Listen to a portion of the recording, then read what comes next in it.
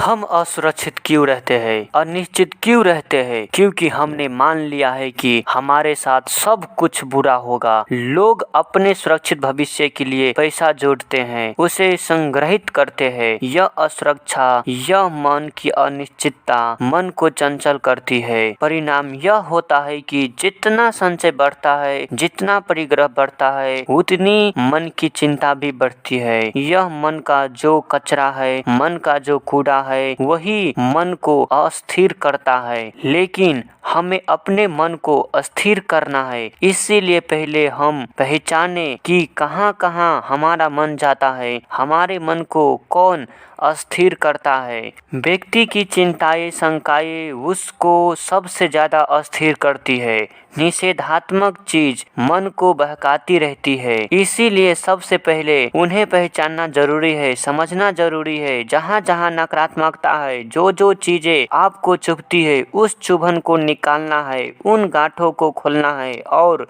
इसके लिए शुभ विचार को अपनाना जरूरी है।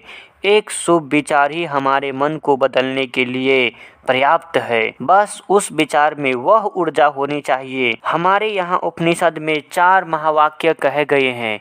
ये 4 ब्रह्म सूत्र है। इनके बारे में ज्ञानी जन कहते हैं कि अगर ये 4 सूत्र समझ में आ गए तो समझो सारा ब्रह्म सूत्र समझ में आ गया। भागवत गीता में वो 7 श्लोक है जो समझ में आ गए तो समझो 700 श्लोक समझ में आ गए।